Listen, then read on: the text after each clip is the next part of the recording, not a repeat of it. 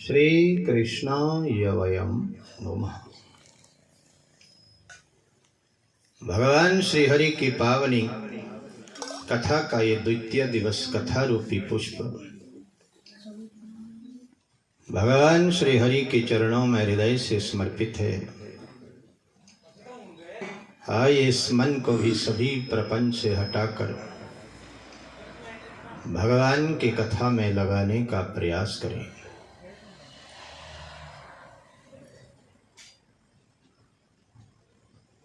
नैमिषारण्य तीर्थ, जिसके पिछले कल आप सब लोगों ने महिमा का व्याख्यान सुना, वास्तव में 4 युगों के 4 प्रधान तीर्थ रहते हैं। ये जो पीछे रसोई में जोरा बातें जरा जोर जोर से कर रहे हैं ना, और जोर से बातें करो भैया।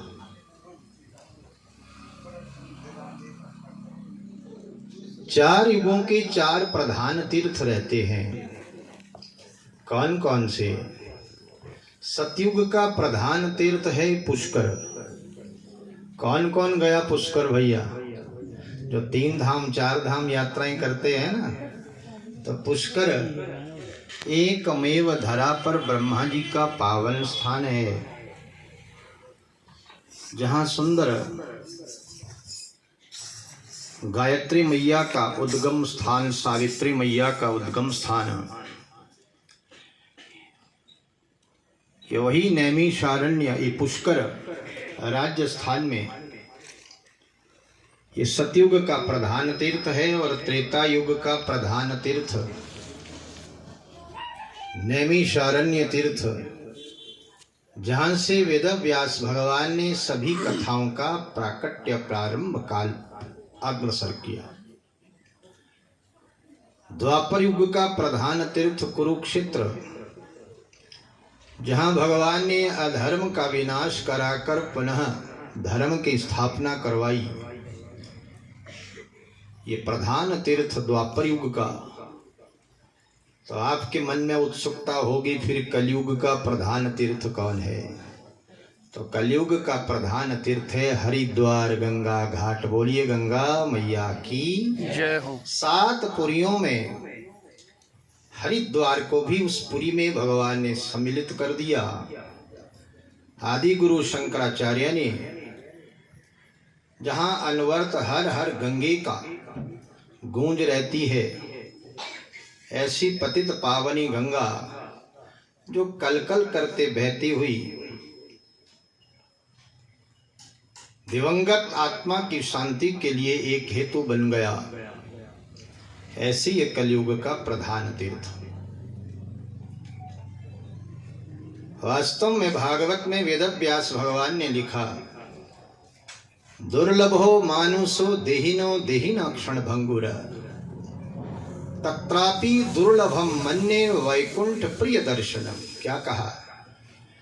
सूजी महाराज कहते, ऋषियों आप बड़े सौभाग्यशाली हैं। दुर्लभो मानुषो देहिनो, जहां ये शरीर ही अपने आप में दुर्लभ है। देहिनो देहिना क्षण भंगुरा, फिर शरीर की स्थिति क्या है? ये हर क्षण भंग हो रहा है। अब ये तो है नहीं भैया कि वृद्धावस्था से फिर हम बाल्यकाल अवस्था में आएंगे।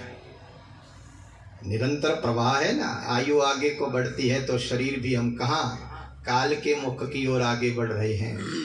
तो इसलिए जहां ये शरीर ही अपने आप में दुर्लभ है, फिर शरीर की गति भी क्या है? ये हर क्षण भंग हो रहा है, काल के मुख की ओर जा रहा है। कहते दुर्लभो मानुषो देहिनो देहिना क्षण भंगुर तत्रापि दुर्लभम, उससे भी ज्यादा दुर्लभ क्या है? मन्य वैकुंठ प्रिय दर्शनम, जो भगवान का पावन सत्संग है, महापुरुषों का सुंदर दर्शन है, भगवान की अनवर्त कथा का रसापान है, ये उससे भी ज्यादा दुर्लभ है। इसलिए तो इंद्र भी मनुष्य से ईर्ष्या करता भैया। कहते मानव शरीर इतना पुण्य, क्योंकि इंद्र भी चाहे तो भगवान के उस पद को नहीं पा सकता, सदा सदा के लिए भगवान के चरणों का आश्रय नहीं पा सकता। क्योंकि स्वर्गपुरी में सभी ऐश्वर्य वो पाने का कोई साधन नहीं है, इसे तो मृत्यु लोक में आकर के ही पाया जा सकता है। इसलिए संत साधु महापुरुष सदगृहस्थी कभी स्वर्ग की कामना नहीं करता। क्यों नहीं करता? क्योंकि जानता है भैया स्वर्ग में तभी तक ही जीव निवास करता है जब तक उसके पुण्य कर्मों का पिटारा रहता है।